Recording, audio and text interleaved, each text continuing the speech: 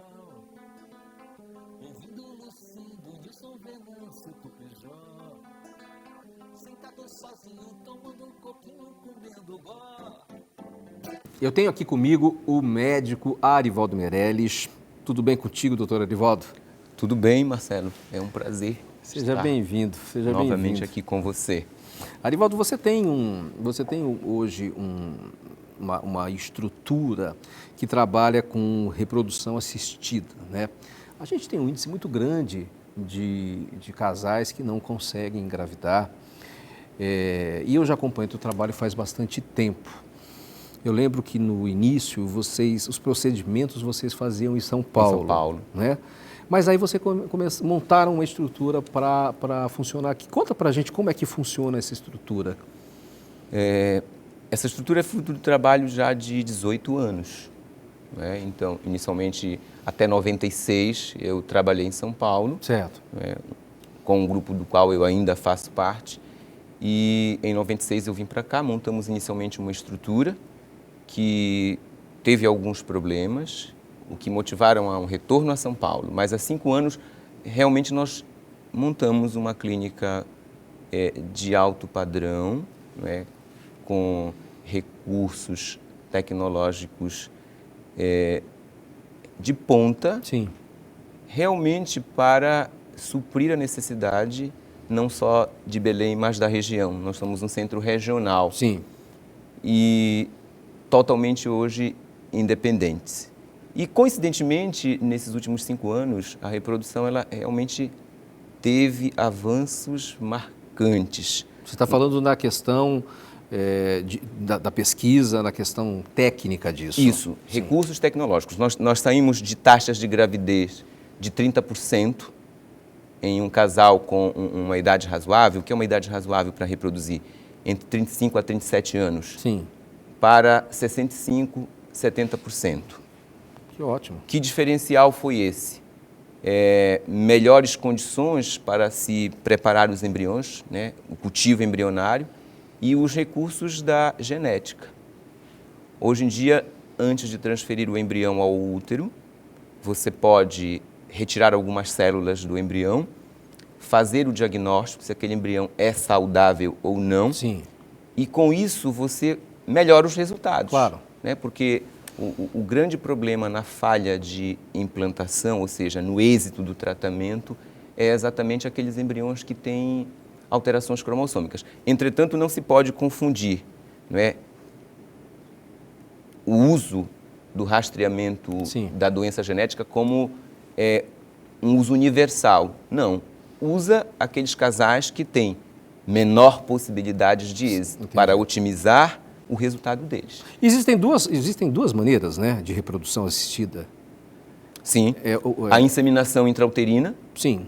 Como funciona? A inseminação intrauterina ela é indicada para aqueles casais onde a mulher tem todo o sistema reprodutor íntegro, ou seja, ela tem funcionamento das trompas, do ovário, porém o sêmen do esposo ele tem uma concentração, um número de espermatozoides pequeno. Certo. Não o suficiente para uma gravidez natural. É o preguiçoso. Isso. E nem tão raro para uma inseminação. Então, em termos numéricos, o homem que tem entre 5 a 10 milhões de espermatozoides de boa qualidade, ele tem melhores chances de gravidez com inseminação. Ou seja, que é aquele você vai separar aquele pool de espermatozoides e introduzir diretamente no útero. Ok.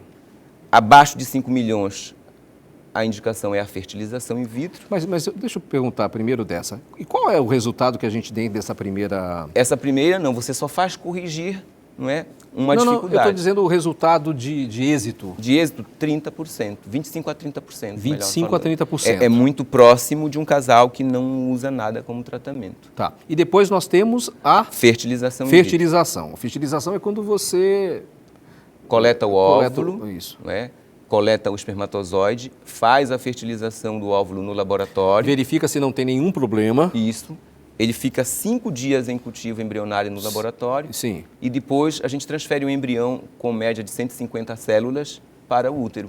E qual é a taxa de sucesso disso? Com a fertilização, Sim. Em casais com idade entre 35 a 37 anos, nós temos um índice hoje entre 65 a 70% Muito bom. por tentativa. Muito bom, né? Isso é 3 a 4 vezes maior do que um casal que não tem problema.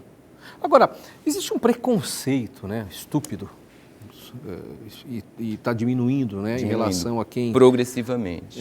Está diminuindo em relação a quem faz esse tipo de situação. Mas veja bem, eu queria entender qual é o problema maior que o homem apresenta e qual é o problema maior que a mulher apresenta, na média, né? O grande problema do homem diz respeito, né, a número de espermatozoides e motilidade dos espermatozoides, ou seja, essa alteração do sêmen ela decorre de varicocele, sim, de doenças inflamatórias infecciosas. A varicocele é a dilatação das veias sim, que irrigam o testículo. Certo. Não é? Então, as que doenças podem ser operadas, em alguns casos resolvidas, né? Em alguns casos melhora o desempenho da função testicular e melhora a produção dos espermatozoides. Mas, assim, o campeão ainda é a doença inflamatória infecciosa, né? Causando obstrução, o homem produz espermatozoides, mas não ejacula espermatozoides. Então, as doenças inflamatórias são o principal problema, tanto para o homem quanto para a mulher. E como é que trata? Trata com antibiótico, é um tratamento prolongado de 21 dias, as prostatistes, certo, as inflamações da vesícula seminal e, ao término de 90 dias, essa produção ela é corrigida. Mas o mais grave acontece com a mulher, porque a trompa, a lesão não é reparável. Uma vez ela inflamada, ela pode obstruir.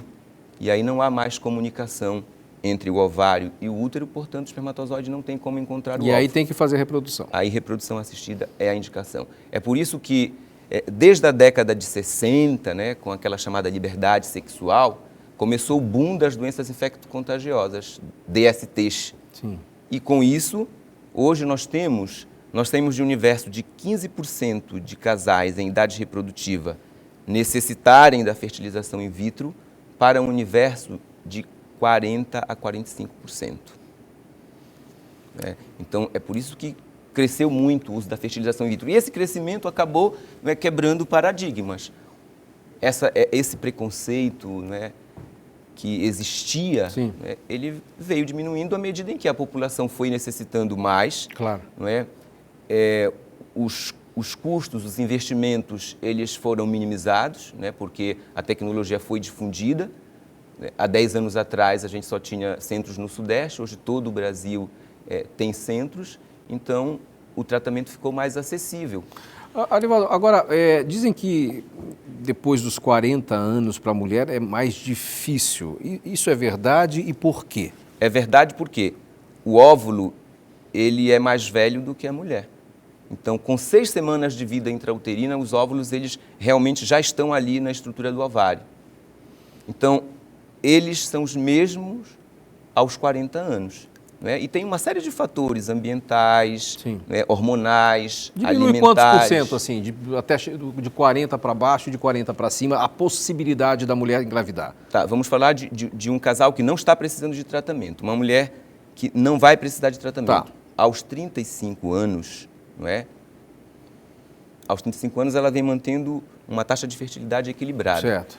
Ela tem uma chance mensal de média de 20%. De 20%. De 20%. Aos 40 anos, isso diminui 8 vezes. Ou seja, baixíssimo. Mas com a reprodução...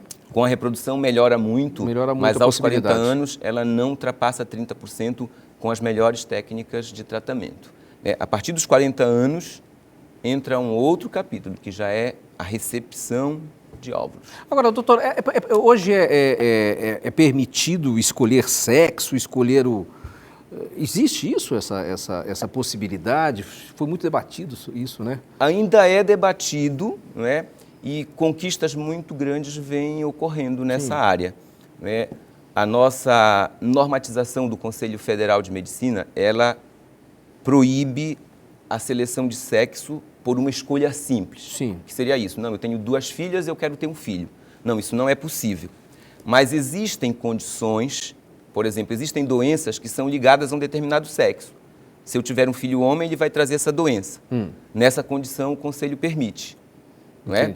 E tem algumas condições onde isso acaba sendo possibilitado mesmo não sendo para selecionar ou excluir um indivíduo que possa apresentar uma doença. Por exemplo,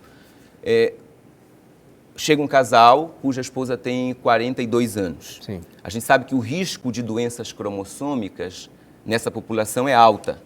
Né? Vamos falar de síndrome de Down, que é o que é mais frequente. Uma mulher de 42 anos, ela tem chance de, em cada gravidez, uma gravidez para cada 50, vai vir um síndrome de Down. Isso é muito alto. Para nós, tudo que está dentro do universo de 300 para baixo é muito alto. Sim. Então, esse casal é um casal onde eu vou indicar investigação genética. Então, se eu investiguei 4 embriões e vieram 2 normais, dos quais um é menina e o outro é menino, esse casal ele pode optar por transferir o menino ou a menina, sabendo que aquele que vai ser congelado, que vai ficar ali aguardando, terá que ser transferido ao útero. Ou seja, você não está fazendo uma seleção neste momento. Não poderá ser descartado. Não poderá ser descartado. Entendi. Né? Você está transferindo para o útero o embrião do sexo masculino e logo após você vai transferir do sexo feminino. Hoje, continua muito ainda aquela questão do homem, antes de fazer a vasectomia, ele vai e colhe o espermatozoide para, no futuro, se ele quiser ter um filho. Sim, ainda tem bastante isso. Isso é simples de raciocinar. 50% das uniões, elas terminam. Não é? Então, principalmente os casais jovens, não é? Quando o marido toma por conduta fazer a vasectomia, a gente recomenda que mantenha 2 amostras de sêmen congelados. Isso vocês têm lá na estrutura de vocês, temos. Né? A questão do cordão umbilical. A questão do cordão umbilical é um capítulo à parte. Não é? Hoje em dia existem uma série de doenças que têm tratamento já muito bem estabelecido. São aquelas doenças sanguíneas. Alguns tipos de anemia, não é? Leucemias, alguns tipos de linfoma. Mas existem indicações, não é? Onde um futuro muito promissor aguarda. Por exemplo, os traumatismos, não é? Os acidentes de trânsito com lesões da medula, o infarto agudo do miocárdio. Ou seja, a manutenção do cordão umbilical, ela pode servir para tratamento dessas doenças se a criança tiver. Não necessariamente a criança. Existe um grau de compatibilidade. Não só para a criança. Pode ser os pais, os irmãos também? Pode ser os pais, os irmãos, os avós. É claro que quanto mais distante, menor a compatibilidade. Ou seja, então a recomendação é que faça a manutenção, qual é o nome que vocês dão do cordão umbilical? Células-tronco. Células-tronco do cordão umbilical. Que faça o congelamento... Isso. Ou do sangue ou de um segmento de 10 centímetros do próprio cordão umbilical. E isso tem prazo? Vou deixar isso 10 anos. Isso não, vou deixar o cordão umbilical 10 anos lá, 15 anos lá. Uma vez congelado é ad eterno. A qualidade é mantida. Doutor, para a gente terminar, questão de pesquisa, de como é que está isso? Eu sei, acompanho você e vejo que você viaja muito, faz muitos cursos, mas uma vez você me disse que estava querendo trazer para cá um centro de pesquisa, enfim, dar mais atenção a isso. Como é que está isso hoje? Esse processo começou há 5 anos atrás, quando eu comecei a fazer meu doutorado, e o meu foco de pesquisa foi exatamente procurar estudar mulheres que tinham má qualidade de óvulos. Sim. Né? E essa foi uma necessidade de se colocar numa estrutura privada, não é, um modelo para se começar essa investigação. E nós fizemos investimentos, né, ampliamos nossa estrutura, trouxemos pesquisadores. Hoje eu conto com um colega dentro da clínica que é pesquisador, pós-doutor, nós trouxemos de Porto Alegre e passamos há 2 anos a desenvolver projetos de pesquisa. Em 2 anos, né, esse projeto já resultou na minha tese de doutorado, que eu defendi em novembro do ano passado, e já foi publicado no último Congresso Europeu em Lisboa. E eu tenho certeza que as linhas de pesquisa que nós estamos desenvolvendo na clínica, em 2 anos, irão credenciar o nosso centro como um dos primeiros a publicar no Brasil. Isso eu não tenho dúvida e tenho muito orgulho de falar, né, porque foi um trabalho árduo, mas eu entendo que a melhor forma de você se apresentar é desenvolver pesquisa. Entendi.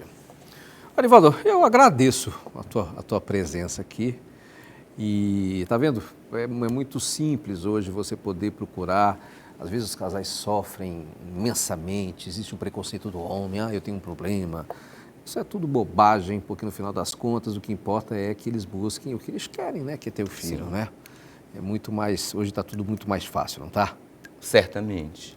Eu agradeço também o seu convite e estaremos sempre prontos para vir aqui dar informações a respeito dessa área, como também a qualquer outro assunto da ginecologia e da obstetrícia, áreas que ainda atuamos.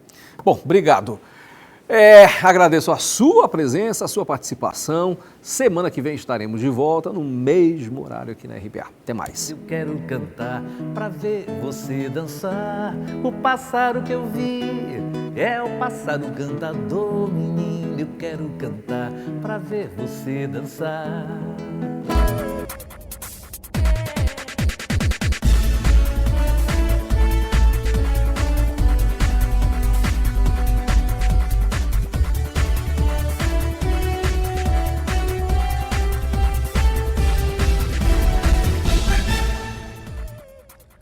Programa Bacana. Oferecimento. Aspeb Benefícios. Aqui sua vida é mais segura. Óticas Ana Maria. Prazer de ver e viver.